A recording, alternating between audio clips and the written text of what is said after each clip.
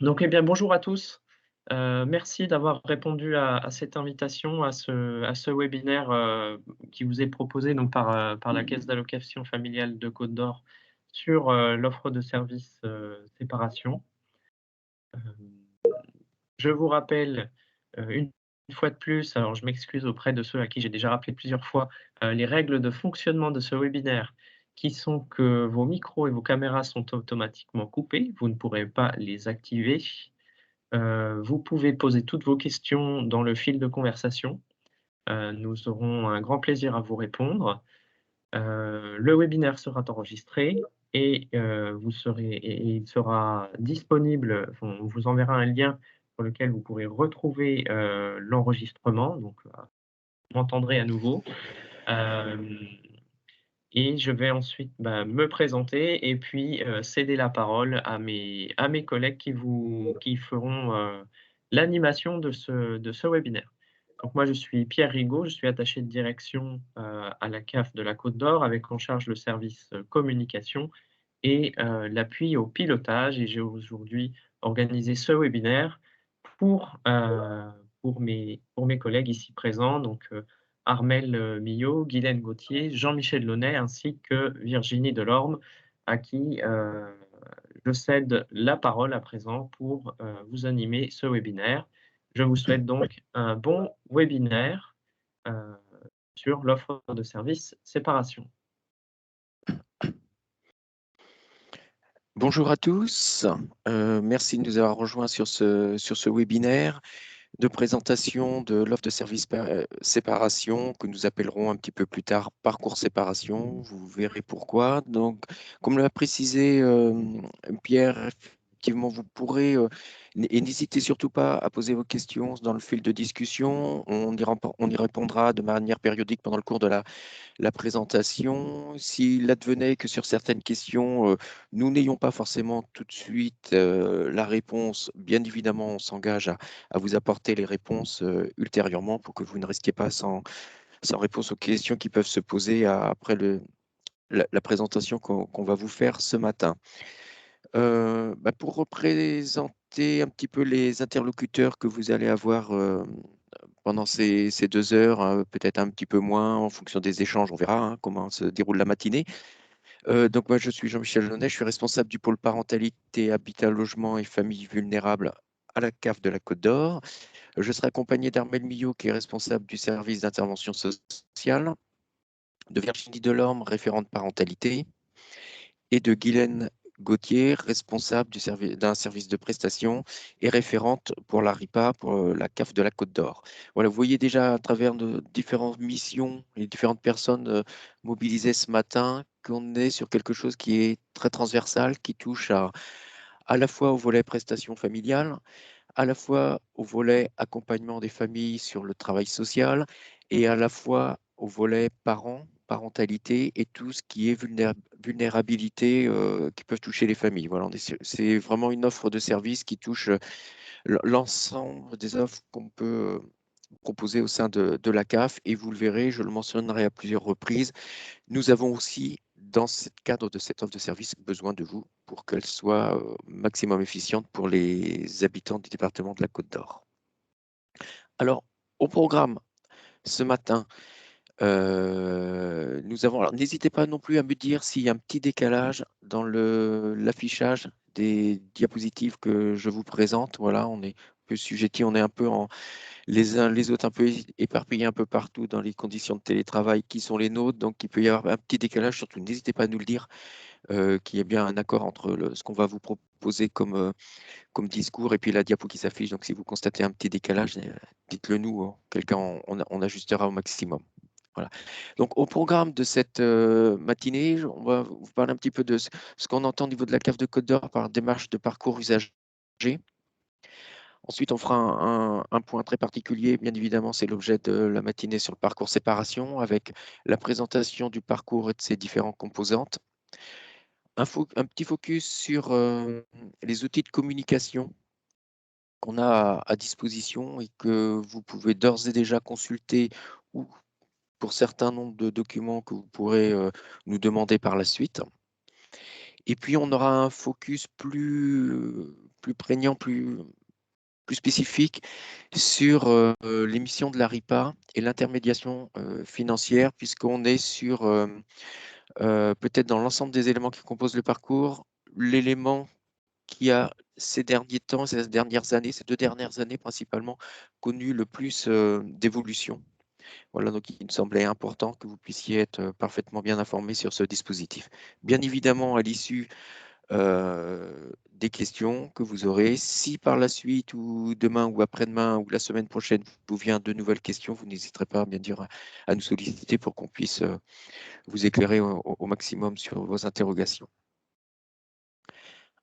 Alors, la démarche de parcours usager. Donc, la démarche de parcours usager, c'est une nouvelle approche qui a été déployée, une volonté forte au niveau des CAF. Je parle sur l'ensemble du territoire, on n'est pas spécialement sur une approche côte d'Orienne, mais sur l'ensemble du territoire national. C'est vraiment une démarche qui est lancée et qui est promue avec 4 orientations majeures. La première, c'est garantir des services adaptés localement aux usagers. C'est-à-dire que sur chaque territoire, sur chaque CAF, dans chaque département, ou en fonction de zone d'influence des CAF, toutes les CAF ne sont pas sur des départements, mais il est important d'avoir une offre de service qui puisse mobiliser l'ensemble des ressources au regard d'une situation de vie des allocataires. La notion de parcours permet de travailler ça, vous verrez plus tard, je vous en reparlerai, mais en maillant l'ensemble des acteurs d'un territoire, on a cette possibilité de garantir un maximum de services adaptés localement aux usagers qui fréquentent nos différents services. L'idée aussi est d'améliorer les interactions de l'usager avec la CAF, c'est-à-dire que au-delà du numéro d'allocataire, au-delà d'une personne unique avec une problématique unique, il y a derrière des relations qui se nouent, soit entre un travailleur social de la CAF ou de notre service, soit entre un technicien conseil de la CAF et qui fait appel ou qui peut mobiliser d'autres problématiques. Et l'idée, c'est vraiment d'améliorer cette prise en charge globale de la personne. Ce qui amène au troisième orientation, c'est vraiment répondre de manière globale à la situation de vie des personnes. On a des exemples très concrets en tête, mais l'arrivée d'un nouvel enfant dans une famille peut poser des questions, des interrogations autour du logement, peut poser des questions de parentalité, peut poser des questions éventuellement en cas de séparation, ce sera une thématique plus spécifique de ce matin, de garde alternée ou pas. Voilà, donc c'est vraiment être en capacité de prendre la globalité de la situation d'une personne en charge. Et puis l'idée aussi de fluidifier les démarches de l'usager, c'est-à-dire que là où aujourd'hui, globalement, on va être sur un peu du one-shot sur une situation, l'idée c'est que les choses puissent être le plus fluide possible pour la locataire et l'orientation d'un service vers un autre puisse être le plus facile, le plus facilité et le plus facilitant aussi pour vous, partenaires, pour que la famille puisse avoir un maximum de réponses à la situation auquel elle est confrontée. Voilà, donc on est vraiment dans cette démarche de parcours. On en a plusieurs dans les tuyaux au niveau de la CAF. Le premier qui est mis en œuvre, c'est le parcours séparation. Il y en a d'autres. Voilà, donc je vous ferai mention ultérieurement. La notion de parcours d'usager, alors on pourrait débattre un peu longtemps, hein, je ne vous le cache pas sur le terme d'usager. Hein, voilà, ce n'est pas le propos de ce matin. On va dire qu'on considère la personne, voilà, la famille, l'entité qui nous soumet une problématique et auquel nous sommes, à travers les différents leviers que nous avons, en capacité d'apporter au moins temporairement et de manière le plus pérenne possible un maximum de solutions et d'aide. Voilà. Donc cette notion de parcours d'usager permet aussi d'identifier un certain nombre d'événements auxquels la famille est confrontée et pour lesquels la famille ou les personnes ou l'usager, suivant le terme que vous préférez ou qui est adapté aux situations que vous rencontrez, peut venir nous soumettre. Il peut y avoir derrière une séparation une problématique de violence conjugale.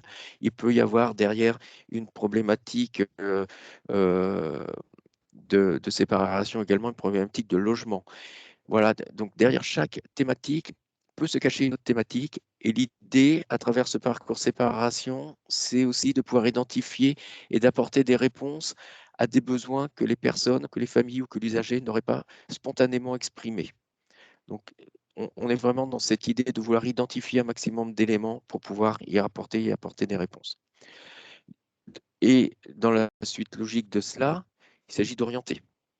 Alors, vers des services CAF, si ce sont des services CAF qui ont une réponse à apporter, mais aussi vers d'autres services publics. Et bien évidemment, et c'est là où il nous semble important que vous soyez informés de l'ensemble de ces démarches-là, vers les partenaires locaux, puisque bien évidemment, et heureusement, que la CAF n'a pas la réponse à toutes les problématiques et que nous travaillons souvent très régulièrement avec un bon nombre d'entre vous pour avoir une complémentarité dans l'offre de services qu'on peut apporter aux différentes aux familles. Voilà, donc l'idée c'est vraiment pouvoir orienter encore.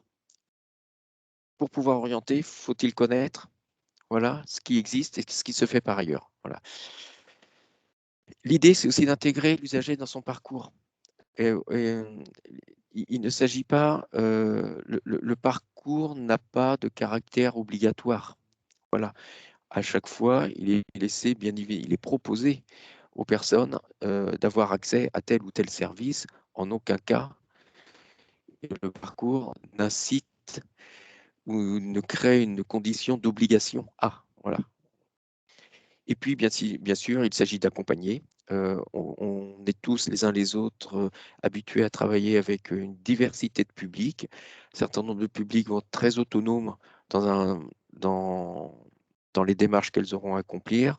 D'autres publics auront besoin d'être plus accompagnés et la notion de parcours permet également cet accompagnement-là. Alors, on en vient au parcours séparation, plus spécifiquement sur une thématique, un événement de vie qui peut concerner les familles. Alors, le parcours séparation, c'est le premier parcours usager qui est déployé au sein de la branche famille. Je vous disais tout à l'heure qu'il y en avait d'autres qui étaient dans les tuyaux, entre autres un parcours naissance. Et à terme, du moins je l'espère, et on va y travailler de manière peut-être un peu expérimentale en Côte d'Or, un parcours autour du logement. Voilà, qui sont des thématiques, qui sont des événements de vie un peu identifiés, nous qu'on recense à travers les différents observatoires sociaux que nous pouvons avoir sur le département, qui sont des situations qui génèrent une multitude de sollicitations, une diversité qui peut inviter à inscrire ou à proposer aux personnes des parcours. Le parcours séparation a été identifié au niveau national, au niveau de la CNAF, au regard de trois priorités, qui est un, tenir compte de l'évolution des familles, l'augmentation forte des séparations. Je vous donnerai après quelques chiffres qui illustrent le pourquoi de cette attention particulière.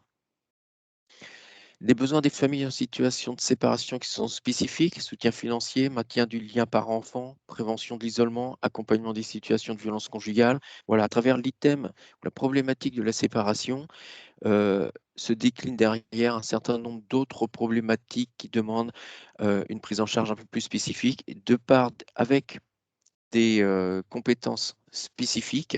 Et c'est pour ça, encore une fois, je le redis et je le redirai plusieurs fois, nous avons besoin de vous sur ces thématiques-là. Je pense particulièrement à l'accompagnement dans le cadre des violences conjugales auprès des associations qui œuvrent sur ce genre-là sur le département. Je pense spécifiquement aussi à la médiation familiale qui, auprès des services conventionnés avec lesquels nous travaillons, voilà, qui nécessitent une vraie compétence. Et pour autant qui répondent à des problématiques vraiment prégnantes dans le cadre d'une séparation. Et puis, on a aussi spécifiquement CAF, le renforcement des offres de services de la branche famille, avec la prise en compte, mais depuis quelques années déjà, du partage des prestations légales, de la mise en place de l'intermédiation financière. Donc, Guylaine Gauthier vous en parlera de manière beaucoup plus approfondie en fin de présentation. Prestation de service aussi qui a été très nettement revalorisée sur les espaces rencontres et une offre de travail social parent seul qui est définie et avec l'avènement à venir aussi au sein de la CAF de la Côte d'Or d'un nouveau projet d'intervention sociale. Voilà, donc il y a tout ce renforcement déjà nous aussi en interne sur des items qui touchent de très très près à la notion de séparation.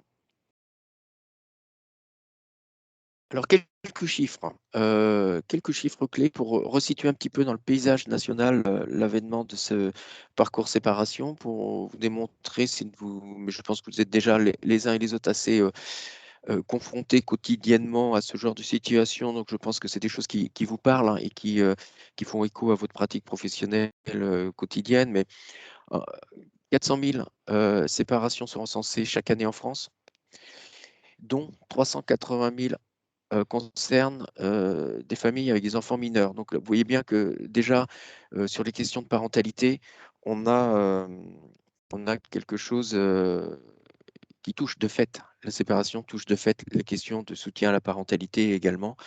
C'est, euh, c'est, on ne peut pas ne pas proposer aux familles qui se séparent une offre de soutien à la parentalité. Une famille sur quatre en France est monoparentale, et 85% de ces familles sont composées prioritairement de femmes. Voilà. Donc, il y a une problématique très particulière aussi à avoir sur l'accompagnement de ces familles monoparentales. Alors, bon, le terme monoparental, je ne vais pas revenir dessus, mais c'est un terme qui est toujours utilisé au niveau de la CNAF. Je sais qu'un certain nombre d'entre vous pourra avoir échangé, et je partage cette opinion. Je trouve que le terme est un peu imprécis. Voilà. De par le fait que, combien même c'est une famille au titre de l'INSEE considérée comme monoparentale, il y a pour autant un autre parent, quelle que soit sa situation. Voilà, donc il est à considérer. Quand je parle de soutien à la parentalité, il ne faut pas l'oublier non plus. Voilà. Pour autant, c'est quand même dans le cadre vie quotidien des enfants et de ces familles-là une donnée très importante qu'il faut considérer. Il y a également 282 640 séparations qui ont été enregistrées en 2019 par la CAF, et 206 693 qui concernent des familles avec des charges d'enfants. Alors, au-delà du chiffre qui est imposant, tout ça pour dire que, et c'est pour ça aussi la CAF se met en ordre de marche et un peu en, en- en tête de ligne sur cette question-là, c'est que nous avons, nous, de par notre activité, une capacité à recenser les, les séparations et les événements de vie des familles. Voilà. Donc, une porte d'entrée, je vous en reparlerai tout à l'heure, mais une des portes d'entrée, bien évidemment, des familles dans le cadre du parcours séparation se fait ou se fera assez naturellement par la CAF, de par ce que nous manipulons. Voilà, comme données, comme prestations que nous payons. Voilà, nous avons connaissance de ces éléments-là. Donc, nous avons une responsabilité forte à pouvoir proposer à ces familles-là l'ensemble des services qui peuvent les concerner dans ces situations. Voilà. Un enfant sur 10 mineur ne voit jamais son père, et un enfant sur 5 ne voit plus son père en cas de séparation. Ça rejoint ce que je disais tout à l'heure sur cet élément-là, le fait que le parcours séparation, certes, mobilise des aspects financiers, des aspects juridiques, des aspects de médiation, mais mobilise aussi des aspects de soutien à la parentalité. Voilà, comment maintenir le lien parent-enfant dès lors qu'on a ces statistiques-là qui nous arrivent. Et enfin, notre chiffre, 400 000 enfants en résidence alternée, dont 17% émanent de décisions de justice. Donc nous avons aussi un lien à faire avec euh, les professionnels de la justice. Euh, Entre autres aussi, d'ailleurs, Guylaine vous en parlera à travers l'intermédiation familiale, financière, pardon, tout à l'heure. Il y a un lien très fort, naturel à mettre à déployer avec les professionnels de justice, avec lesquels nous travaillons bien évidemment. Voilà. Enfin, quelques autres chiffres pour compléter. Le montant du pension alimentaire par enfant, en moyenne, en France, c'est 270 € par mois. Près de 30% des pensions alimentaires ne sont pas versées. Voilà, donc ça fait comment répondre à cette problématique-là, avec tout ce que ça engendre derrière comme difficulté pour la famille. Et si on croise les données, si on prend une famille monoparentale qui théoriquement peut bénéficier d'une pension alimentaire, mais qui n'est pas versée, vous imaginez bien les difficultés que cette famille peut rencontrer, dont la nécessité de pouvoir mobiliser un certain nombre d'items dans le cadre du parcours pour pouvoir répondre aux problématiques de cette famille-là. Et 4 familles monoparentales sur 10 vivent sous le seuil de pauvreté. Plus de 2,8 millions d'enfants sont en situation de pauvreté. Vous comprendrez bien qu'à travers ces chiffres-là, on ne peut pas rester inactif, d'autant plus que nous avons les leviers pour agir, pour essayer d'amortir ces difficultés-là. Donc, c'est l'idée, vraiment, la philosophie du parcours, c'est de mobiliser un maximum de leviers pour amortir un maximum de difficultés rencontrées par un maximum de familles dans ces situations-là. Voilà. Je vais céder la parole à Virginie Delorme, donc référente parentalité à CAF de Codeur, qui va vous présenter la suite. Je reviendrai vers vous par la suite et on fera peut-être, à l'issue peut-être de la présentation de Virginie, un petit point question s'il y en a. Merci.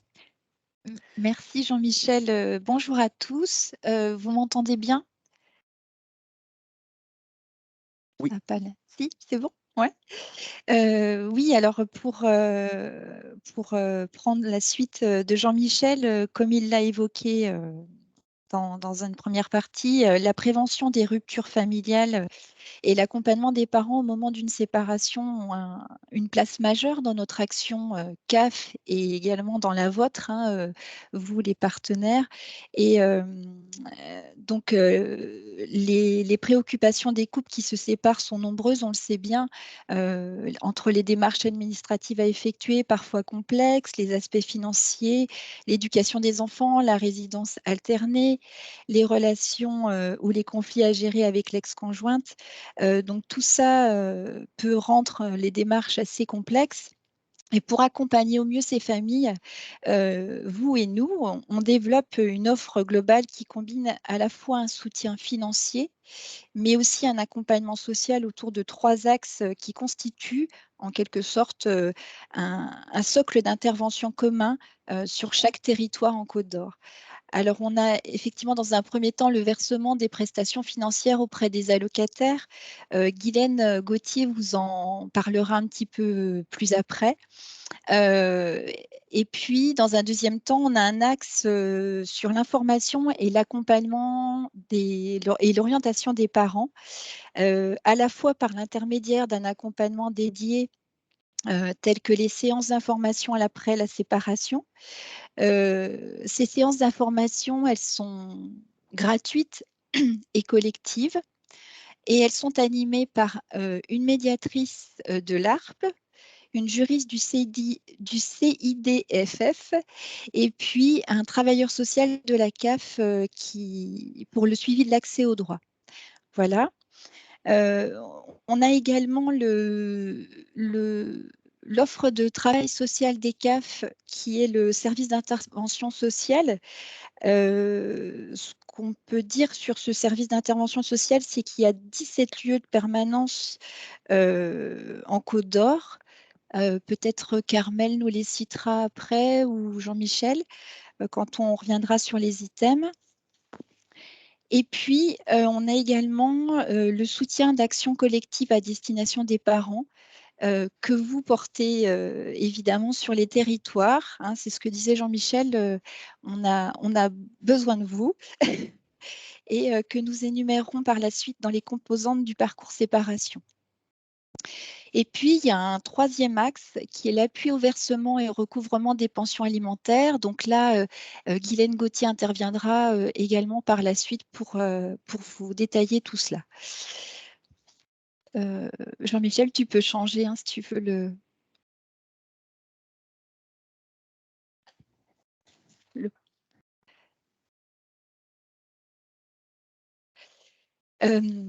On va vous parler maintenant des composantes du parcours en Côte d'Or. Alors, je vais commencer dans un premier temps, moi, par l'aide à domicile, la médiation familiale et les espaces rencontres, et puis mes collaborateurs prendront la suite pour les items suivants. Pour votre information, pour que vous ayez un peu un répertoire de tous ces, on va dire, de tous ces éléments qui auront été cités ce matin, un mémo guide, on va l'appeler comme ça, est en cours de préparation avec les adresses utiles, les différents dispositifs qui existent sur les territoires. Voilà. Alors, dans un premier temps, on a l'aide à domicile. Alors, l'aide à domicile, elle prévient des difficultés sociales et familiales et elle a pour vocation de maintenir l'équilibre et l'autonomie de la famille. Elle s'adresse à l'ensemble des parents, qu'ils soient allocataires ou non. Et les familles doivent faire la demande directement auprès des services gestionnaires. Alors, on a 2 services gestionnaires en Côte d'Or. On a l'ADMR et puis la Mutualité française. Voilà. L'intervention peut se faire autour de 4 thématiques principales qui sont la périnatalité. Alors, elle vise la période à partir de la grossesse jusqu'au 2e anniversaire de l'enfant. Il y a un lien évidemment avec les recommandations des rapports des 1000 premiers jours. Voilà, on pourra aussi vous donner des éléments si besoin par la suite. On a également un autre axe, une autre thématique qui est la dynamique familiale. Alors, ça peut être lors d'un déménagement, un changement de lieu, voilà. Les ruptures familiales et puis l'inclusion, ça concerne plutôt l'insertion professionnelle, un départ en formation, voilà, pour un retour à l'emploi. On a aussi également une évolution majeure dans la nouvelle circulaire de l'aide à domicile qui concerne le répit parental avec la garde des enfants au domicile des parents avec une possibilité que les parents ne soient pas présents. Donc ça, c'est assez récent, c'est assez nouveau. Donc voilà pour l'aide à domicile. Je vais maintenant présenter la médiation familiale. On a 4 opérateurs de médiation familiale en Côte d'Or. L'ARP, qui est situé à Dijon, mais qui est tout secteur, le CIDFF à Quetigny, la MFF qui est sur le secteur Auxonne, Dijon, Genlis et Montbard, et puis Entraque Famille sur Bèze. Alors, la médiation familiale, c'est une autre voie que le recours à la justice dans le règlement des conflits, comme les ruptures, les séparations, les divorces, les successions, ça peut aussi concerner les successions, ou encore les conflits empêchant les familles de voir leurs enfants et leurs petits-enfants. Voilà, elle se met en place toujours avec l'accord des 2 parties. S'il y a une instance en cours, le juge peut, avec l'accord des personnes, les renvoyer devant un médiateur. Voilà. Les champs d'application de la médiation sont, comme je vous le disais, à la fois les divorces, les séparations, les conflits familiaux autour du maintien des liens entre les grands-parents, les petits-enfants, les parents évidemment, les conflits familiaux entre les jeunes adultes et leurs parents, et puis d'autres situations telles que les successions conflictuelles, les médiations concernant une personne dépendante, âgée ou même handicapée. Alors, la médiation est effectuée toujours avec un médiateur familial diplômé qui est qualifié, qui est impartial, ça c'est très important, et qui cherche à rétablir la communication entre les personnes. Pour ce faire, elle crée toujours un climat de confiance propice à la recherche de l'accord des 2 parties. Voilà. Donc voilà pour la médiation familiale. Je vais aussi vous parler des espaces rencontres. Donc en Côte d'Or, on a deux espaces rencontres qui sont pilotés par l'ARP à défaut. Et puis on a 1, 2, 3 familles à Montbard également. Les espaces rencontres sont des lieux d'accueil qui sont neutres, transitoires, et ils permettent toujours dans l'intérêt de l'enfant, on prend vraiment en compte l'intérêt de l'enfant, de prévenir la rupture des liens enfants-parents, alors qui sont souvent induites par la séparation des parents.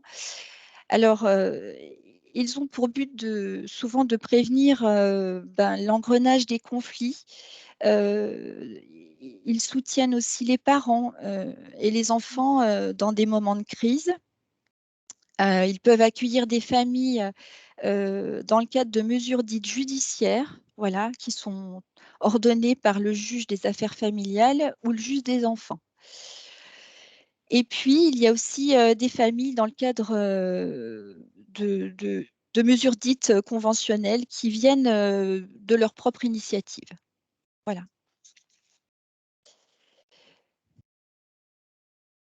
Alors Alors, ensuite, oui. pardon. Oui, ensuite, donc, on va vous parler aussi le parcours séparation. Donc, c'est un. Je vais peut-être.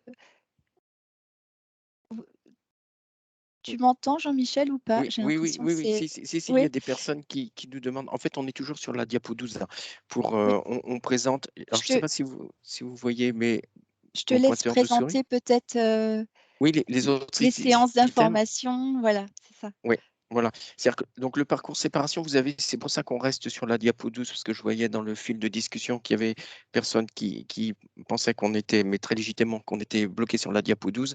Euh, et en fait, c'est normal. On est sur la diapo 12, puisque la diapo 12 Oui, euh, ouais. propose, en fait, à travers ces petits post-it-là, l'ensemble des 8 items qui composent le parcours séparation au regard de ce que la CNAF propose. Voilà, donc Virginie vous a présenté la médiation familiale, les espaces rencontres et l'aide à L'aide domicile. à domicile. Ouais. Voilà, et donc moi je vais vous présenter les autres items qui composent ce parcours-là. Cette diapo-là, alors c'est vrai qu'on reste un peu longtemps dessus, mais elle nous semble intéressante dans sa disposition parce que ça, il faut bien considérer que la notion de parcours pour les personnes, pour les usagers, les familles que nous rencontrons, que vous rencontrez et que vous accompagnez, il n'y a pas de porte d'entrée spécifique ou privilégiée. Il y en a des plus naturels que d'autres, certes, mais si une personne en cours de séparation arrive ou rentre par la porte médiation familiale, et c'est l'objet de notre présentation de ce matin qui pourra s'accompagner et qui s'accompagnera d'autres outils de communication dont on vous parlera plus tard. Mais il peut être intéressant et nécessaire que les services de médiation, par exemple, je m'en suis déjà entretenu avec eux, puissent avoir la connaissance de l'ensemble des autres items pour éventuellement, le cas échéant, orienter ces familles-là vers les autres services. À l'inverse, ou en réciproque, ou dans la même logique de fonctionnement et de philosophie de ce qu'est un parcours, une personne qui chez nous va rentrer par le volet prestations familiales, donc les aides financières, que vous trouvez en bas à droite des 8 items, puisse avoir l'information qu'elle peut bénéficier d'un accompagnement social au niveau de notre service d'intervention sociale et qu'elle puisse aussi solliciter, si elle le souhaite, encore une fois, je redis que le parcours n'a pas de caractère obligatoire, mais si elle le souhaite, solliciter un service de médiation familiale. D'autant plus qu'on se rencontre et qu'on fait le constat que ce sont des services ou des offres de services qui sont très peu, enfin, pas sous-utilisés, c'est pas le terme, mais pas suffisamment connus, voilà, du grand public et qui méritent de l'être parce que les résultats obtenus en termes d'accompagnement des familles sont toujours très très bénéfiques. Donc voilà, au même titre qu'une personne, un locataire peut rentrer à travers un entretien qu'il aurait eu avec un travailleur social de la CAF ou autre d'ailleurs, et qui puisse être orienté vers un des différents items qui sont proposés ici. Voilà, l'idée c'est vraiment de proposer et de mettre à connaissance, et cela ne peut fonctionner que s'il y a entre les différents acteurs du parcours une interconnaissance de ce que chacun peut faire. Voilà. Donc je vais vous présenter les autres items, mis à part la notion de pension alimentaire, puisque ça fera l'objet, hein, je le redis, hein, en fin de présentation d'une intervention spécifique de Guylaine Gauthier sur la RIPA et l'intermédiation financière, voilà, mais qui est un item extrêmement important. Alors, les séances d'information, c'est le petit I, séances d'information, être parent après la séparation, sont des séances qui ont été développées par la CNAF il y a quelques années déjà, il y a même assez longtemps, et qui ont un, un avantage certain de proposer un contenu aux personnes qui se séparent extrêmement intéressant, extrêmement plébiscité, mais qui ont un handicap majeur pour des séances collectives, c'est que globalement, les gens ne viennent pas. Voilà, donc on le dit très clairement. On a une fréquentation de ces séances en collectif qui est très très faible. C'est un constat qu'on fait en Côte d'Or, mais c'est un constat qui est fait au niveau national également. Le mode opératoire ne correspond pas forcément aux attentes du public sur ces séances-là. Voilà. Donc, voyant ça, on s'est emparé un peu de la thématique en Côte d'Or et on a souhaité repositionner, re-questionner, rebaser cette offre de service en gardant quand même le postulat que le contenu était bon et était satisfaisant au regard des retours qu'on avait des quelques rares personnes qui fréquentaient ces séances-là. Donc, on maintient le contenu avec deux nouveaux axes d'intervention.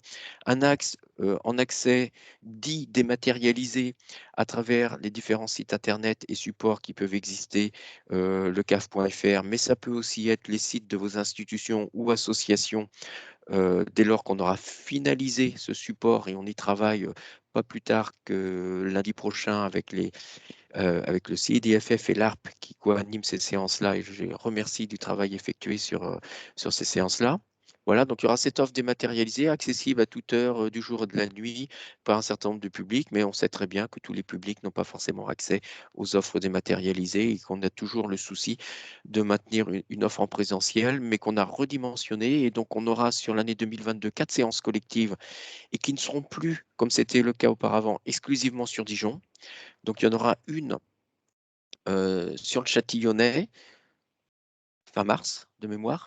Il y en aura une, non, c'est en juin, Châtillon, je crois. Il y en aura une dans le secteur de Saulieu, une sur le secteur communauté de communes Rive-de-Saône. Ah, le lieu, c'est encore à déterminer. Et enfin, en fin d'année, en décembre, on en fera une séance également sur Dijon. Voilà. L'idée étant de proposer une offre qui soit aussi accessible, territorialisée.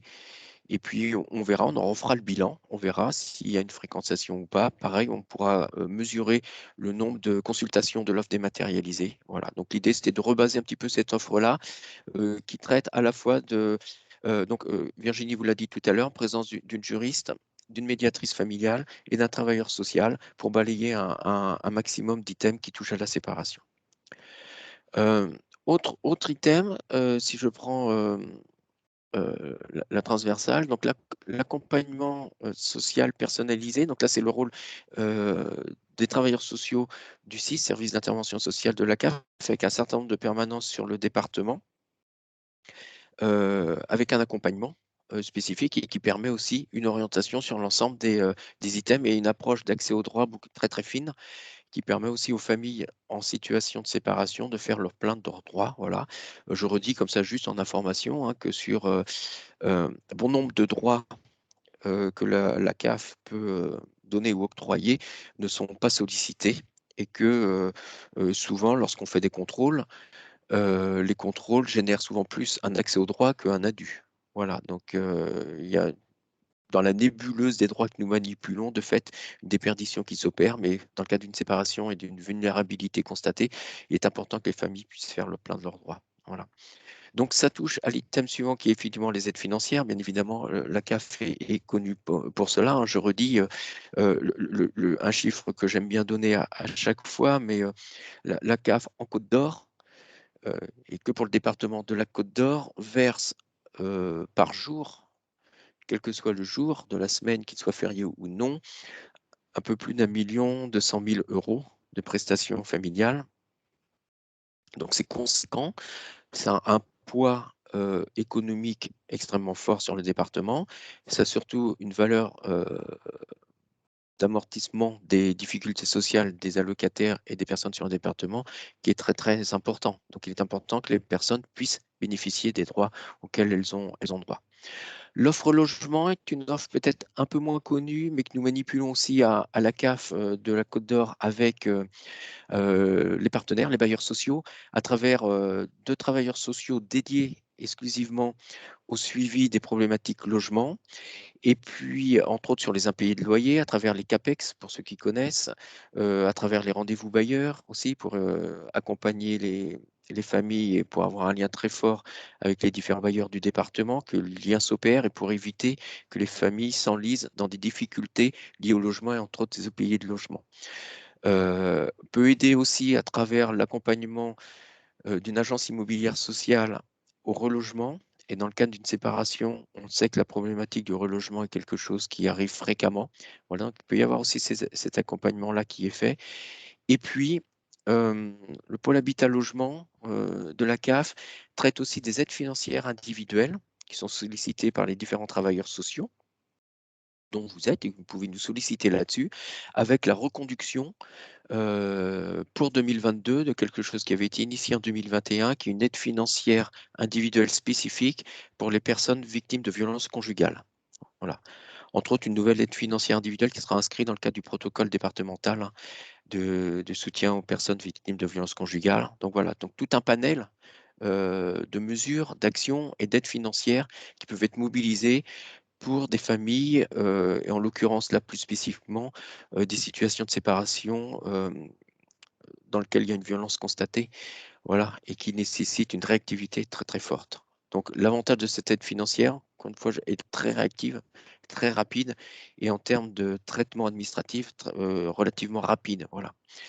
C'est pas une aide qui est soumise à l'attribution de notre conseil d'administration, par exemple, voilà, comme peut l'être l'aide financière individuelle sur projet. Et puis, il y a le volet extrêmement important autour des violences conjugales, donc en lien également avec cela, c'est-à-dire que un certain nombre de séparations, hélas, résultent de violences conjugales qui nécessitent une réactivité forte, certes en termes d'aide financière, en termes d'aide au logement et en termes d'accompagnement. Et c'est là où nous avons besoin de vous, de mobilisation des services. Alors, nous travaillons très particulièrement ou accompagnons plus spécifiquement un certain nombre d'associations sur le département qui font un très très gros travail sur ce volet-là. Je pense à Solidarité Femmes, bien évidemment, je pense aussi à DFF, bien évidemment, je pense à des associations également telles que Réavi, je pense à d'autres associations aussi telles que Altea, repris par la Défo récemment, mais voilà, qui œuvrent auprès des auteurs. Mais voilà, tout ce panel d'actions qu'il est important que tout à chacun puisse connaître pour, une fois que vous avez constaté une situation de séparation dans laquelle il y a une violence conjugale, que vous puissiez vous aussi orienter et mettre en lien les personnes avec ces associations-là. Donc, je reviens très fortement sur la notion d'interconnaissance, puisque ce parcours-là ne peut fonctionner que s'il y a une vraie interconnaissance entre les différents acteurs du département qui œuvrent sur l'ensemble de ces champs-là. C'est pour ça que Virginie vous a indiqué tout à l'heure que nous travaillons aussi sur un petit mémo, un petit document de synthèse qui, et nous reviendrons vers vous d'ailleurs pour s'assurer à la fois de votre souhait par un certain nombre d'associations d'y figurer et s'assurer que les contacts que nous mettrons dans ce document soient le plus juste et le plus actualisé possible. Voilà. La notion d'accessibilité et d'interconnaissance, je le redis au passage aussi, sont deux notions très très fortes qui ont été extrêmement présentes dans les discussions et dans ce que nous avons validé avec le conseil départemental, la MSA et les services de l'État dans le cadre de la rédaction du schéma départemental des services aux familles, dont la signature va bientôt arriver. Une ordonnance du mois de mai dernier a retardé les délais, voilà, puisque ça demandait à mettre en place un certain nombre d'autres choses. Pour autant, dans l'ensemble des orientations, des fiches actions que nous avons mis dans ce schéma départemental, il est fait mention de cette nécessité d'accessibilité, de visibilité et d'interconnaissance des différents services. La Côte d'Or est très riche, hein, en différents services. Vous en êtes tous les uns les autres une illustration. Il existe énormément de choses et le parcours séparation n'a vocation qu'à mettre en synergie et en interconnaissance des secteurs d'activité et des associations et des institutions qui existent déjà. Voilà. On ne crée rien de nouveau, pratiquement. Voilà. De fortes modifications sur la RIPA, certes, évolution. Pour le reste, les choses existent déjà, il suffit juste de les mettre en synergie et faire en sorte que les familles puissent y avoir accès de manière le plus fluide possible. Voilà. On peut peut-être, à ce stade, je ne sais pas, je vais regarder s'il y a des questions qui se posent. Tac, tac, tac. A priori, non. N'hésitez pas, hein, vraiment, si vous avez des interrogations. On a survolé là l'ensemble des services. Bien évidemment que si vous avez besoin de plus d'informations sur un secteur spécifique, sur par exemple les séances d'information ou sur le travail social en CAF ou sur la médiation familiale, bien évidemment, revenez vers nous. Ce matin, on n'a pas le temps de rentrer dans le détail de chacun des services, mais on est complètement disponible, et nous et les associations partenaires, pour faire des présentations. Je sais que c'est des choses qui se font déjà, hein. Je sais que le CIDFF intervient auprès des RPE. Je sais que la médiation familiale, je pense à Christelle en Tract Famille, intervient auprès aussi des RPE pour présenter ses services. D'autres services de médiation familiale sont intervenus auprès des ESCO, du conseil départemental, pour présenter leurs services. Je pense à Audrey de Larpe, par exemple. Voilà, donc c'est des choses qu'on peut manipuler, que nous, on peut centraliser un petit peu pour que vous ayez un maximum d'informations aussi pour orienter les familles. Alors, ensuite, je repasse la parole à Virginie pour cette diapo sur le parcours séparation. Oui, Jean-Michel, je suis en train... Attends, je pense qu'Armel voulait ajouter quelques éléments sur le service d'intervention sociale avant que je reprenne la parole. Oui, alors par rapport donc au travail social, hein, ben, bonjour déjà à tous et à toutes qui nous faites enfin bon, c'est vraiment, je trouve important aussi de parler un peu du travail social par rapport à ce parcours, hein, parce que c'est un élément aussi important. Je pense que, comme on l'a dit tout à l'heure, nous, on est plutôt dans une logique de proximité par rapport aux services. Donc, les travailleurs sociaux de la caisse d'allocation familiale, on a une équipe de 12 personnes. Je pense que vous les connaissez et que vous partagez avec eux des choses au quotidien. On essaye d'être sur toute la Côte d'Or pour pouvoir intervenir de manière en proximité avec les familles. Et donc, on a également 12 travailleurs sociaux, mais également 2 assistantes qui sont chargées de prendre des rendez-vous avec les personnes et qui sont également à votre disposition si jamais vous avez des besoins particuliers. Donc, en fait, par rapport au travail social en CAF, à chaque fois donc qu'il y a un changement de situation au sein d'une famille, la famille doit prévenir la CAF. Et si vous voulez, on travaille à partir de ces éléments-là, puisqu'en fait, ces éléments vont se transformer en ce qu'on appelle un fait générateur. Donc, par exemple, une famille indique que voilà, elle a un projet de séparation, elle l'indique à la CAF qu'elle est en train de se séparer. Le fait générateur est inscrit au niveau informatique dans un logiciel, et nous, en fait, au niveau du travail social, tous les jours, on a ces différents faits générateurs qui arrivent sur un logiciel, et l'assistante va prendre connaissance des familles qui sont touchées par la séparation, par exemple, et va les appeler. À partir de ce moment-là, l'assistante va faire une offre de service, une proposition d'offre de service. Elle va expliquer à la famille comment le travailleur social de la CAF va pouvoir l'aider, et en quoi, si jamais il accepte cette offre de service, sa situation va pouvoir peut-être s'améliorer. Donc, si la famille a bien compris l'offre de service et qu'elle est d'accord pour rencontrer un travailleur social, alors à ce niveau-là, il y a une proposition de rendez-vous qui est faite justement dans un de ces 17 endroits décentralisés sur la Côte d'Or. Et en fait, le travailleur social va recevoir la famille pour faire un diagnostic social de la situation, pour faire également un rendez-vous des droits. Donc, le rendez-vous des droits, c'est balayer la totalité des droits que la famille a à l'heure actuelle, et voir également quels pourraient être les droits potentiels auxquels la famille pourrait prétendre. Mais également, le travailleur social va donner tout un panel d'informations en lien avec cette séparation. Donc, soit effectivement, les informations que le travailleur social donne suffit à cette famille, et j'allais dire au bout d'1 ou 2 rendez-vous, cette famille a assez d'éléments pour pouvoir, poursuivre son chemin et est autonome, pour entamer des démarches, et auquel cas, le travailleur social aura réalisé, une démarche, d'information conseil. Soit au contraire, la famille, se sent, pas très autonome, a besoin d'être beaucoup plus soutenue, et le travailleur social a également repéré ce besoin par rapport à son diagnostic social, et auquel cas on va proposer à cette famille de faire un accompagnement avec un plan d'aide.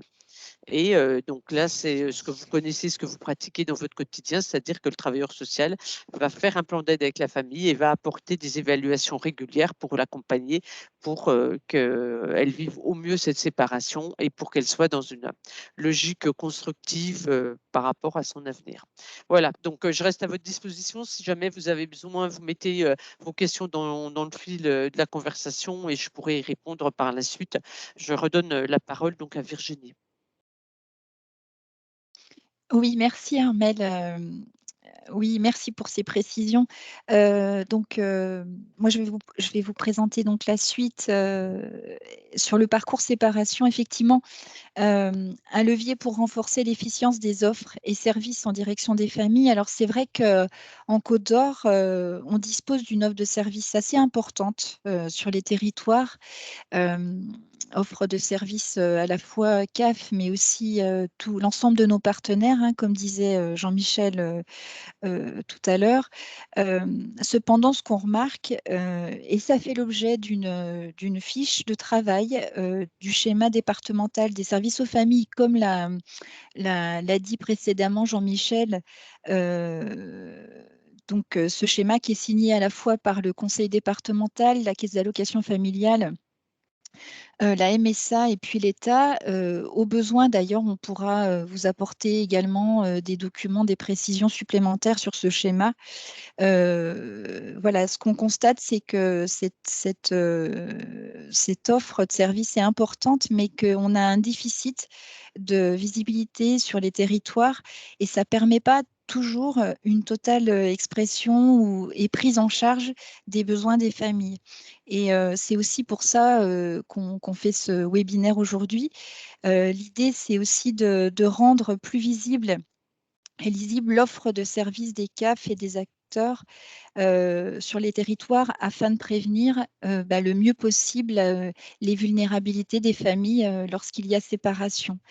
Alors effectivement, ça va se faire en rendant nos actions plus visibles sur les territoires, en proposant une information harmonisée, quel que soit le mode de contact, c'est-à-dire qu'on soit le plus possible les uns les autres informés sur ce que fait chaque acteur des territoires pour pouvoir coordonner nos actions, les proposer aux familles et les orienter surtout, donc permettre un accompagnement global et harmonisé de la situation de vie des personnes.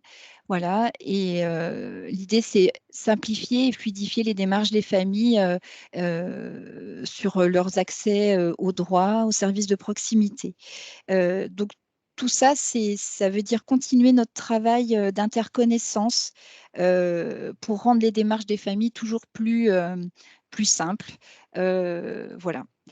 Je vais passer la parole, je pense, à Jean-Michel il va nous parler un peu des outils de communication, puisqu'ils sont bien utiles justement à cet effet. Oui, merci. Juste avant, il y a deux questions dans le fil de discussion. Une concernant le répit parental par Oui, rapport à l'AAD. Oui, c'est effectivement une notion qui est c'est ça. importante et qui a été reprécisée dans le cadre. Alors, l'aide à domicile a été beaucoup remaniée ces 2 dernières années. On a une première circulaire qui a rebasé un certain nombre de choses en début 2021 et on en a une nouvelle qui est arrivée en fin décembre. Mais qui était la deuxième plus sur les modalités de financement, donc moins sur les conditions d'éligibilité. Donc la question est la suivante, hein, concernant le répit parental, quelles sont les modalités et conditions? Alors, les conditions sont... Alors, c'est une nouveauté qui est importante, hein, dans la réforme de l'AD, puisque ce n'était pas possible avant. C'est-à-dire qu'à présent, il est possible d'avoir de l'aide à domicile financée, cofinancée par la CAF, euh, au domicile, pour la garde d'enfants, au domicile sans présence des parents. Voilà, ce qui est une nouveauté qui n'était pas le cas avant. Alors, suivant effectivement un certain nombre de critères, il y a bien sûr le critère d'éligibilité de ressources des familles, bien évidemment. Il y a un volume d'heures maximum en fonction aussi de la situation. C'est-à-dire que le volume d'heures maximum qui peut être octroyé dans ce cadre-là dépend aussi de la situation des familles. Et entre autres, il y a des facteurs de majoration qui peuvent exister, entre autres si l'enfant est porteur de handicap, par exemple, voilà, qui donne un octroi d'heures supérieur à ce qui est possible. Ce que je vous propose sur cette question-là spécifique de l'AAD, c'est de revenir vers vous. Je ne sais pas si d'autres personnes sont intéressées puisqu'on peut très bien faire, c'est extrêmement, c'est un peu complexe hein, sur les critères d'éligibilité. Voilà, il y a un certain nombre de thématiques qui rendent l'accès aux services AAD qui sont éligibles. Après, dans chaque thématique, il y a des conditions, entre autres, d'accompagnement TISF, AVS ou pas, au domicile des parents, avec présence ou non des parents, sur un volume d'heures renouvelable ou pas en fonction de la situation des familles. Voilà, donc si je rentre dans tous les détails, je suis parti pour 1 heure. Si n'hésitez pas dans le fil de discussion, ce que je vous propose de mentionner si vous êtes intéressé, parce qu'on peut faire un petit webinaire sur cette question-là spécifiquement, hein, 1 heure. Voilà, spécifiquement, on se reprend un temps, 1 heure, et puis on rentre dans le détail de cette circulaire-là pour que vous puissiez en avoir une connaissance assez fine. Et sinon, je prendrai contact avec le centre social du Tempo qui pose la question pour rentrer et apporter les réponses, faire une réponse plus spécialisée et plus en direct aux personnes qui ont posé la question. Mais si vous êtes intéressé, n'hésitez pas à nous dire dans le fil de discussion. On peut vous préparer quelque chose de spécifique sur l'aide à domicile. Voilà, il n'y a vraiment pas aucun problème par rapport à ça.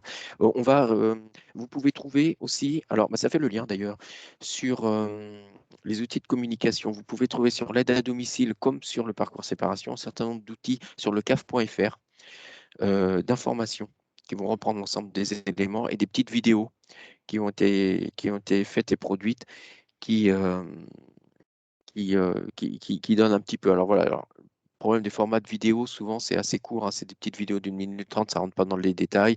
Et on a toujours, et comme on le sait très bien, et dans les publics que vous accueillez, il y a toujours la famille qui ne rentre pas dans la bonne case, au bon endroit, au bon moment.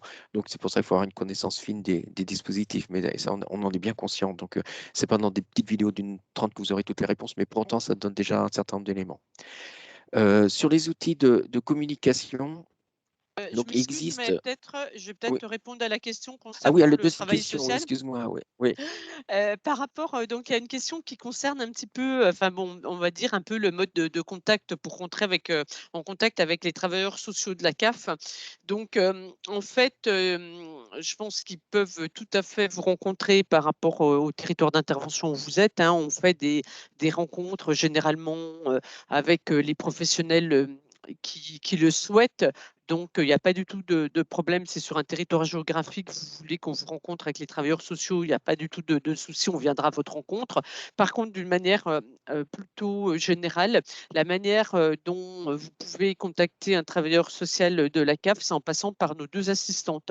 Donc, on a 2 assistantes, on va vous mettre les numéros de téléphone, je vais vous les mettre dans le fil de la conversation, hein. On a une personne donc qui s'occupe des secteurs de Châtillon, Montbard, Arnay, Auxonne, bon, et puis également Dijon, Mirbeau, Saulieu, Sœur-Talent. Et donc, c'est Madame Churvoz. Son numéro, c'est le 03 80 34 01 72. Et donc, je vais vous remettre ça dans le fil de la conversation. Et sur l'autre territoire, donc on est plutôt sur Beaune, Chenot, Voulonville, Nuit-Saint-Georges, Quetigny, mais également une partie de Dijon. On a Madame Roman et son numéro, c'est le 03 80 23 74 36. Donc, les personnes qui ne connaîtraient pas les travailleurs sociaux de la CAF et qui voudraient savoir quelles sont les personnes qui travaillent sur le territoire concerné, vous me faites un petit message dans le fil de la conversation. Là, je vais marquer le nom de nos 2 assistantes et je vous mettrai le nom du travailleur social qui a le secteur d'intervention dont vous parlez. Également, on vous fera passer notre flyer comme ça en annexe, hein, comme ça vous aurez la possibilité de voir un petit peu comment sont répartis les travailleurs sociaux de la CAF. Voilà, merci. Merci Armel. Voilà, donc oui, proximité, c'est essentiel, hein. Effectivement, hein, vous avez des interlocuteurs, donc n'hésitez pas à nous solliciter hein, pour qu'on puisse vous donner les adresses ou les contacts des interlocuteurs pour fluidifier hein, tout ça, toutes ces informations-là. Du coup, sur les outils de communication, nous avons à votre disposition, que nous pouvons vous transmettre sous forme de fichier. Alors, la nouvelle tendance, je le conseille, n'est pas toujours pratique. Donc, si ça pose problème pour vous, il faudra nous le dire. Auquel cas, on pourra réaliser quelques éditions, mais à une certaine époque, nous recevions au niveau de la cave des cartons entiers de flyers, d'affiches et de choses en tout genre. Ce n'est plus trop la tendance, hein, je ne vous cache pas, hein, dans un cadre d'une démarche RSE et voilà, on n'est plus trop là-dedans, donc on a plus tendance à transmettre des fichiers PDF, charge aux structures, après d'imprimer et d'éditer. J'ai bien conscience que cela n'est pas toujours possible ni facile pour vous. Donc, si vous souhaitez avoir quelques documents imprimés, vous nous sollicitez, puis on va voir, nous, au niveau de notre service impression, ce qu'on peut faire, ce qu'on peut vous transmettre. Il existe donc différents outils. Une affiche déjà qui reprend les petits post-it que je vous ai présentés tout à l'heure avec les différents items. Voilà, donc vous pouvez nous solliciter, ce sont des formats qu'on peut vous transmettre et vous envoyer. Il existe aussi un dépliant qui reprend la même chose, hein, avec, là on est sur des outils à destination des allocataires et des personnes, des familles, qui soient allocataires ou pas d'ailleurs, hein, puisque un certain nombre de services sont accessibles bien évidemment aux personnes qui ne sont pas allocataires. Voilà. Voilà, donc ça reprend également avec un peu plus de détails l'ensemble des items du parcours. Donc, nous avons ce dépliant-là sur le caf.fr ou sur la chaîne YouTube de la CNAF. Vous trouverez des vidéos à destination du grand public sur un certain nombre de choses, entre autres les pensions alimentaires, l'offre d'accompagnement, les aides financières et puis plus globalement l'accompagnement des CAF. Voilà des petites vidéos qui sont plutôt bien faites, qui peuvent être utilisées, alors bien évidemment qui sont libres de droit, hein, vous en faites ce que vous voulez. Vous pouvez les présenter en réunion d'équipe, en réunion de service, aux personnes que vous accueillez, enfin, peu importe. C'est vraiment en accès libre. Donc, n'hésitez pas à les voir. Elles sont plutôt bien faites. Elles ne rentrent pas, comme je disais tout à l'heure, pour l'aide à domicile, bien évidemment dans le détail de chacune des aides et des prestations ou des services qui peuvent être proposés, puisque on est souvent dans des grandes complexités. Mais au moins, ça donne une première approche qui peut être intéressante. Et puis, les outils de formation, d'information qui vous sont plus destinés, voilà, avec des supports qui existent encore une fois, hein. L'idée étant vraiment de faciliter l'interconnaissance et les orientations des personnes vers les différents services. Donc, avec des petites fiches un petit peu mémo, avec quelques chiffres clés aussi. Donc, ça, ce sont des documents qu'on peut vous transmettre. Et puis, on travaille à un document que j'évoquais tout à l'heure et que Virginie a évoqué également sur un document plus local. C'est-à-dire parler de médiation, je prends l'exemple, hein, parler de médiation familiale, c'est bien. Pouvoir dire qu'il existe 4 services conventionnés en Côte d'Or, c'est mieux. Pouvoir les situer et orienter, c'est mieux. Les rencontrer, c'est encore mieux. Voilà, donc l'idée vraiment qu'il y ait une connaissance maximum de ce qui existe sur le département pour chacun des acteurs. Voilà, donc encore une fois, d'autres petites fiches qui existent au fichier PDF. Donc, c'est pour ça aussi que Pierre Rigaud a introduit cette réunion-là, parce que nous sommes bien évidemment en lien très fort avec notre service communication pour travailler autour de ce parcours séparation. Il existe une plaquette également spécifiquement pour les partenaires qui reprend encore une fois les différents items avec un peu plus de détails, un peu plus de technicité, hein. Alors, on est très conscient que sur un certain nombre de choses, et ça demande une explication, une interprétation, voilà, parce qu'on est sur des données, dès lors qu'on touche entre autres sur l'aide financière, sur des choses qui deviennent par nature un peu techniques, mais c'est parce qu'elles sont un peu techniques qu'elles sont aussi ajustées au plus juste des besoins des familles. Donc voilà, ce petit document rentre un peu plus dans le détail. Et puis, vous avez bien sûr accès sur le caf.fr à un portail spécifique, un partenaire. Donc, vous trouvez sur la page d'accueil du caf.fr un volet partenaire qui reprend l'ensemble de ces documents, d'ailleurs de communication, et un certain nombre d'explications de tout ce qu'on a pu vous dire ce matin sur le parcours séparation et un certain nombre de choses. Vous trouverez aussi des indications sur tout ce qui touche nos dispositifs d'accompagnement social, nos dispositifs d'accompagnement et de soutien à la parentalité. Voilà. Et puis, nous en venons à cette partie un peu plus spécifique, mais ô combien importante, et qui a connu beaucoup d'évolutions ces dernières années. Donc, c'est pour ça qu'on a souhaité vous en faire une présentation un peu plus détaillée. Et pour cela, il nous faut quelqu'un qui maîtrise parfaitement ce dispositif parce que c'est complexe à manipuler. Donc, je vais passer la parole à Guylaine autour des pensions alimentaires, de l'intermédiation financière et de la RIPA. Voilà. Merci beaucoup Jean-Michel pour cette belle présentation. Hein. Je suis donc Guylaine Gauthier, je suis responsable de service et référente à RIPA depuis plusieurs années. Donc effectivement, je vais vous présenter tout ce qui est les missions de la RIPA et avec un focus particulièrement sur l'intermédiation financière qui a été mise en place à la fin d'année 2020 et tout particulièrement cette année en 2021 et qui connaît un franc succès. Donc si tu peux passer le slide, Jean-Michel. Donc, dans un premier temps, je vais vous montrer ce que c'est que l'ARIPA. Donc, ça a été mis en place dans les années fin d'année 2017-2018. Et donc, ça a été mis en place au sein d'une structure dédiée qui est donc l'Agence de recouvrement et d'intermédiation des pensions alimentaires. Ça a changé de nom plusieurs fois, mais aujourd'hui, c'est celui-là. Quelles sont ces missions? Alors, tout d'abord, la première mission, c'est d'aider les parents à calculer le montant de la pension, à faire des simulations grâce au site internet qu'on a tout en bas de la page pensionalimentaire-caf.fr. Et aussi, la CAF et la MSA peuvent délivrer depuis 2018 gratuitement un titre exécutoire aux parents non mariés. C'est comme une convention. La deuxième mission principale de la RIPA, c'est de récupérer les pensions qui sont impayées, soit partiellement, soit totalement, au bénéfice du parent dont la pension n'est pas payée. Alors, on peut revenir en arrière sur 24 mois, ça s'appelle un arriéré de pension, donc on peut revenir sur 2 ans en arrière. Et ça, c'est la CAF qui gère ou la MSA. Donc, là, on passe en mode recouvrement, en fait. On peut verser aussi sous certaines conditions une aide financière. Cette aide financière, en fait, c'est une prestation qui est gérée par les CAF et qui s'appelle l'allocation de soutien familial, autrement dit l'ASF.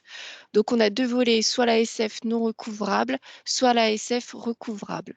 L'ASF non recouvrable, c'est une prestation qui est versée soit quand on commence un engagement de procédure auprès du JAF et on attend le versement de la pension alimentaire, soit on est en ASF recouvrable et cet ASF-là, et en fait, c'est pour récupérer les pensions qui ne sont pas payées, soit partiellement, soit totalement. Cette prestation, elle peut être versée jusqu'aux 20 ans de l'enfant. Après, quand c'est de l'ASF recouvrable, le mode de recouvrement peut se faire tant que l'enfant n'est pas autonome. Là, c'est en fonction des jugements et c'est très particulier, c'est au cas par cas. Donc, je ne rentrerai pas dans le détail parce que l'ASF, c'est une prestation qui est quand même très, très particulière avec des conditions de mise en place. Et donc, du coup, il faut vraiment s'attacher à la situation du dossier et des parents. L'autre mission, et non pas des moindres, c'est l'intermédiation financière. Donc, la CAF et la MSA peuvent être l'intermédiaire entre les 2 parents pour le versement de la pension alimentaire. Donc, comme je disais en introduction, ça a été mis en place en octobre 2020 et je vais tout particulièrement en parler après le slide d'après pour vous présenter les missions de l'intermédiation financière, comment on peut la demander, qui peut la demander, enfin bref, comment ça se passe, quoi. La dernière, et non pas des moindres, mission de la RIPA, c'est d'informer, conseiller les 2 parents. Donc, on a un site internet qui est très, très bien fait, qui est le www.pensionalimentaire.fr. Donc, quand vous allez sur le site de la CAF, tout en bas de la page, vous avez la petite adresse de la pension alimentaire, c'est la RIPA. Vous allez dessus et vous allez avoir plein de vidéos que je vous montrerai après. On va faire un petit focus sur la com. Et puis, plein de conseils, l'accès pour simuler une pension alimentaire, les formulaires de demande. On a tout ça sur ce site. On peut aussi appeler le site de la RIPA, c'est une plateforme téléphonique au 32 38, c'est le prix d'un appel local. Cette plateforme, elle est située en Haute-Garonne, me semble-t-il, et il n'y en a qu'une en France. Donc, c'est un gros plateau et là, ce sera que des questions dédiées à la RIPA, donc tout ce qui est pension alimentaire et versement de recouvrement forcé. Jean-Michel? Donc, comme je disais, on va passer à l'intermédiation financière. Qu'est-ce que c'est que l'intermédiation financière? Il y a une réforme qui a été mise en place par le gouvernement et qui s'inscrit maintenant dans le baromètre des résultats de l'action publique à compter d'avril 2021. Donc, depuis le 1er octobre 2020, la CAF et la MSA proposent ce nouveau service aux parents qui sont séparés et qui sont concernés par la pension alimentaire. Les deux organismes peuvent être l'intermédiaire entre les deux parents, c'est-à-dire qu'il n'y a plus de lien entre le créancier, celui qui doit recevoir la pension alimentaire, et le débiteur, celui qui doit la payer. Donc, l'intermédiaire, ça veut dire qu'il n'y a plus de lien entre les deux parents sur ce sujet-là. Tu peux continuer, merci. Les objectifs généraux, en fait, sont les suivants. Déjà, c'est tout d'abord soulager les familles qui sont en difficulté. C'est de protéger de manière durable les personnes qui sont déjà passées et qui font face à un impayé de pension alimentaire.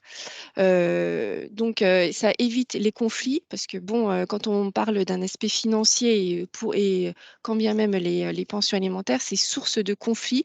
Ça génère beaucoup de disputes. Donc, l'intermédiation financière permet d'éviter, en tout cas d'amoindrir ces conflits. Ça apporte donc une sérénité à toutes les personnes et ça permet aux parents qui le souhaitent de s'affranchir du souci de paiement de pension alimentaire. Vous verrez par la suite, il y a des modalités qui sont très précises, versement automatique, pénalité, donc ça permet de s'affranchir de bien des choses. Et enfin, ça permet donc pour beaucoup de familles de ne plus se concentrer uniquement sur l'éducation et le développement de leur enfant, puisque la partie volet aspect financier est gérée par la CAF ou la MSA. Donc ça, c'est 3 axes très forts en termes d'objectifs pour l'intermédiation financière. Ensuite, je vais vous parler d'objectifs beaucoup plus précis, avec un focus particulier sur leurs créanciers et les débiteurs.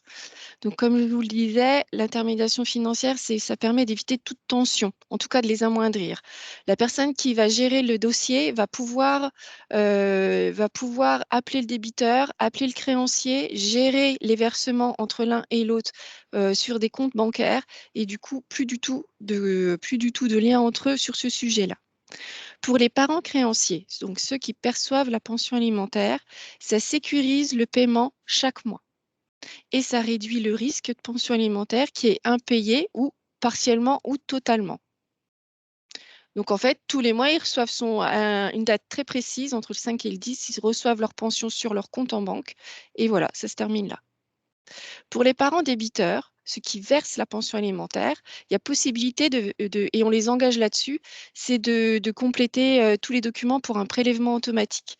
Donc pareil, ils donnent une date et puis à ce moment-là, on prélève chaque mois le montant de la pension alimentaire qui sera reversé. On a des engagements à respecter en termes de versement, c'est-à-dire à J+8, la pension alimentaire sur le compte du créancier. Donc c'est très réglementé et c'est très suivi par les personnes qui gèrent l'intermédiation financière. Ça évite aussi de rembourser des sommes importantes à l'autre parent, c'est-à-dire d'éviter un recouvrement et des arriérés de pension alimentaire. Ce que je n'ai pas dit, c'est qu'au niveau de la Côte d'Or, les dossiers d'ASF, les dossiers de recouvrement et l'ARIPA est géré par la CAF de Mâcon. Donc, c'est elles ont un gros service d'une 30aine de personnes. Et puis, ils travaillent autant l'axe non recouvrable, donc l'ASF non recouvrable, et l'ARIPA, donc le recouvrement et l'intermédiation financière depuis cette année. Donc, en fait, si vous avez un problème avec ou des questions, vous voyez avec la personne, la locataire, et puis vous pouvez faire un mail et puis sera rerouté à Mâcon.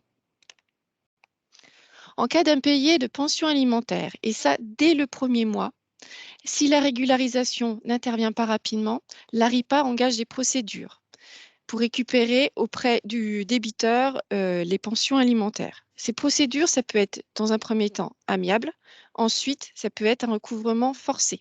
Donc ça peut être saisie sur salaire, saisie sur IJ, CEPAM, IJ chômage, et après la CAF aussi détermine si la personne n'est pas solvable.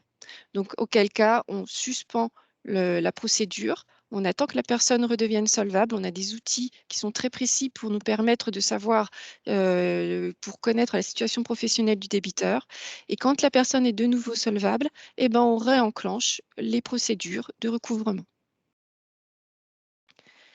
Ces procédures, évidemment, sont gratuites. C'est pas comme un huissier. Donc, si la personne veut passer par la CAF pour tout ce qui est recouvrement, justement, et faire l'intermédiation financière, et qu'elle a déjà pris contact avec un huissier, il faut qu'elle fasse une main levée d'huissier pour pouvoir, pour que la CAF puisse prendre le relais et prendre le dossier. Et quand la pension alimentaire est toujours bloquée, l'ASF peut, dans l'attente, verser à titre d'avance l'ASF. Enfin, la CAF peut verser à titre d'avance l'ASF, pardon. Je ne sais pas si je suis claire. Si vous avez des questions, n'hésitez pas. Jean-Michel?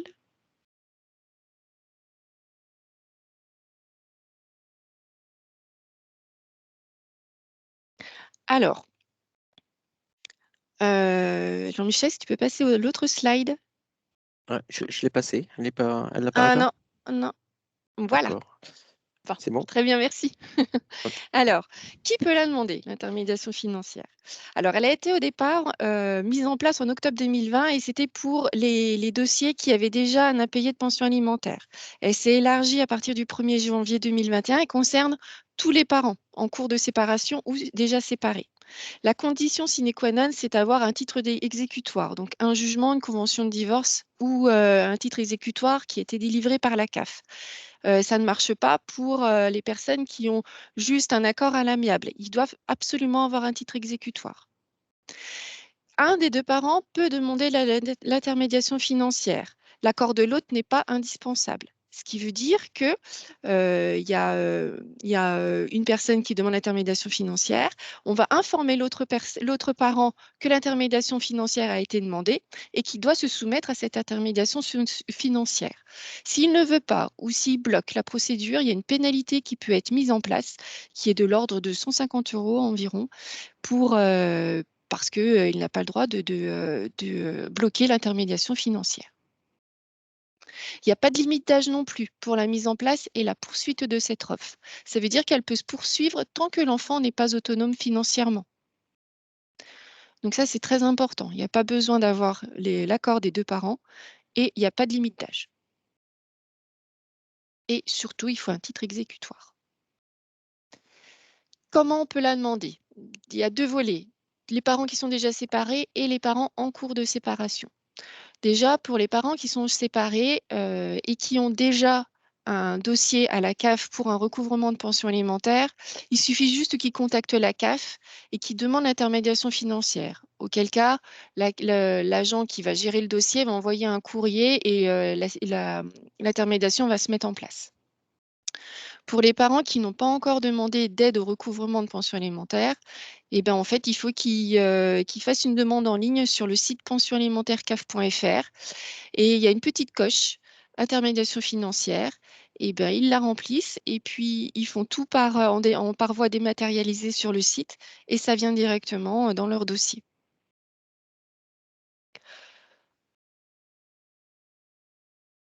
Donc voilà. Après, on a les parents qui sont en cours de séparation. Jean-Michel, s'il te plaît.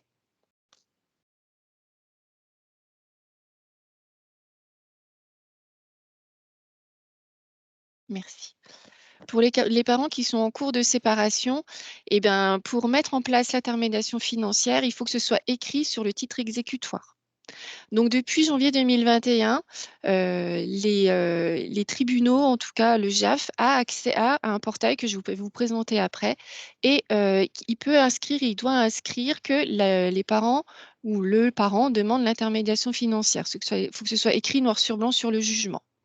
Donc, soit c'est une convention qui est homologuée par le juge, et ça peut être une convention de divorce devant avocat déposée chez le notaire. Donc, justement, les professionnels de justice, donc on a les avocats, les notaires, les greffes, suite à ça, à ce jugement, ils peuvent transmettre à l'ARIPA via un site qui a été mis en place aussi en janvier 2021, qui s'appelle le portail justice. Et ils peuvent transmettre par voie dématérialisée le jugement, et ça permet ça permet en fait une plus grande rapidité de prise en charge par les CAF. Ça permet aussi de ne pas perdre le document, tout simplement. Et puis, ça soulage énormément le créancier et le débiteur pour la mise en place du dossier. Donc, ça vient tout doucement, on en parlera après, ça se construit tout doucement avec les tribunaux. Pour les parents qui ne sont pas mariés et qui se séparent à l'amiable, ce que je vous disais auparavant, il faut quand même un titre exécutoire et ça, la CAF peut le faire et elle mentionnera l'intermédiation financière. Vous avez tous les renseignements sur ce site, il ne faut vraiment pas hésiter à y aller parce que tout est bien indiqué.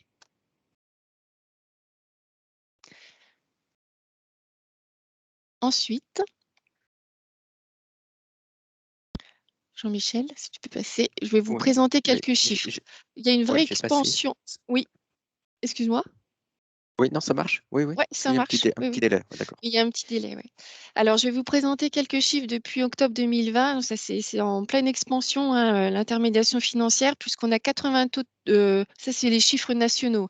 On a 80% de taux de réussite pour l'instant, de part de procédures pour lesquelles nous recevons un encaissement par rapport au nombre total de procédures en cours. Donc, on a une grande réussite de l'intermédiation financière.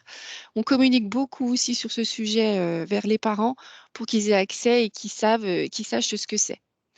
Au niveau du taux de recouvrement global, donc on atteint un taux de 72% de pension alimentaire qui est géré par l'ARIPA. Donc pareil, ça ne cesse d'augmenter. On a été à 68% fin 2020, donc on a bien augmenté. Et en France, là, on a 82 000 familles qui ont bénéficié d'au moins un paiement de pension alimentaire, soit par le biais de l'intermédiation financière, soit par le biais du recouvrement. Pareil, grosse évolution, vous voyez, donc 77 000 fin 2020 et on arrive à 82 000 et ça ne cesse d'augmenter. Ce qu'il faut savoir là pour l'année qui arrive, c'est que l'intermédiation financière va être systématiquement donnée dans le dossier. En fait, ce sera une grande évolution courant mars 2021. On va le systématiser sur les dossiers. Donc, c'est une très bonne chose. Alors, le partenariat avec la justice. Donc, en janvier 2021, on est allé avec Jean-Michel présenter ce portail-là auprès du juge, auprès du JAF et auprès des présidents des tribunaux. Et en fait, c'est un portail qui est accessible soit par les avocats et les notaires, soit par les greffes. Donc, c'est par corps de métier. Ce portail, il y a des logins, il y a des codes, on y rentre et ces corps de métier peuvent transmettre les nouveaux jugements avec intermédiation financière demandée par voie dématérialisée. Donc, ça garantit vraiment une mise en œuvre rapide de l'intermédiation financière. Ça simplifie énormément les démarches pour les usagers parce qu'ils ne sont pas avec leur jugement, parce qu'il faut le jugement complet, et il faut avec un certain nombre de tampons à la portée à la CAF le scanne dans le dossier. Ça prend des jours, ça prend beaucoup plus de jours que là, par voie dématérialisée, c'est sûr et c'est vraiment c'est sûr à 100%. Et c'est dédié vraiment uniquement à ce corps de métier. Alors, ce site, on l'a, je vais vous le montrer après, sur le caf.fr, enfin sur le site de l'ARIPA, sur le bandeau du haut, je vous le montrerai plus tard.